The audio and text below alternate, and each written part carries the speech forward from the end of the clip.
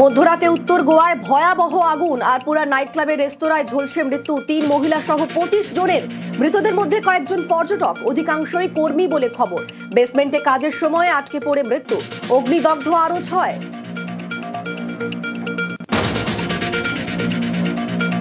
গোয়ায় যৌতুকগৃহ রেস্তোরাঁ শোক প্রকাশ, আর্থিক সাহায্য ঘোষণা প্রধানমন্ত্রীর। বেআইনি কারবারের জেরেই বিপর্যয় কিনা খতিয়ে দেখে করা ব্যবস্থার নির্দেশ মুখ্যমন্ত্রী সাওয়ান্তের। দোষীদের রেয়াত নয় বলেও হুঁশিয়ারি, তদন্ত করে ব্যবস্থার আশ্বাস ডিজির।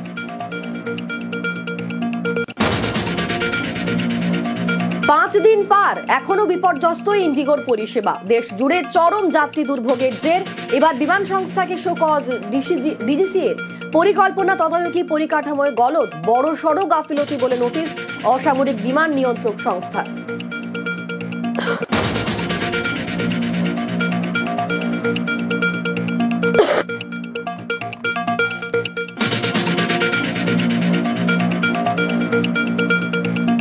বাড়ি ফিরলেন সোনালী খাতুন। মালদা মেডিকেল থেকে অ্যাম্বুলেন্সে বীরভূমের পাইকরের বাড়িতে অন্তঃসত্ত্বা সোনালী। ট্রমা কেয়ারে প্রাথমিক চিকিৎসা মা ছেলের। শারীরিক পরীক্ষার পর মেয়ে নাতিকে নিয়ে বাড়িতে বাবা ভদু শেখ। পরিবারের পাশে তৃণমূল সাংসদ সামিরুল ইসলাম।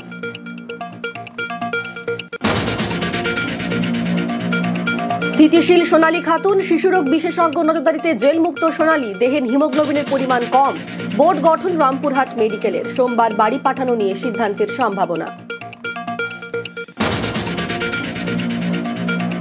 ৬ মাস পরে ঘরে ফিরল মেয়ে নাতি। বীরভূমের পাইকরের সোনালীর বাড়িতে খুশির হাওয়া।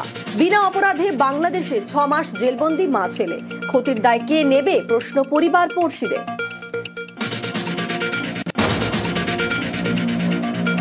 ছেলে নিয়ে দেশে ফিরেছেন সোনালী খাতুন। এখনো বাংলাদেশে আটকে সোনালীর স্বামী দানিশ সহ ৪। দানিশকে ফেরাতে হাত জোড়ো করে আরতি মায়ের। ২ সন্তান নিয়ে বাংলাদেশে আটকে সোনালীর পড়শি সুইটি বিবিও। পরিবারে উৎকণ্ঠা।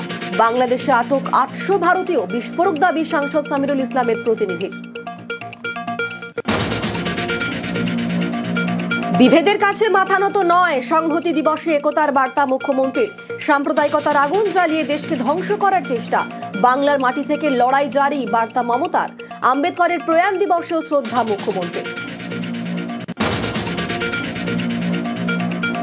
ব্রিগেডে আজ ৫ লক্ষ কণ্ঠে গীতা পাঠ। সনাতন সংস্কৃতি সংসদের উদ্যোগে স্তোত্রপাঠ, শোভাযাত্রা। যোগ তাবড় পদ্মনেতা থেকে শুরু করে সাধু ধর্মগুরুদের।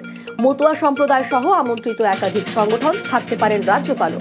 অবাধ প্রবেশ, জেলা থেকেও দলে দলে যোগ।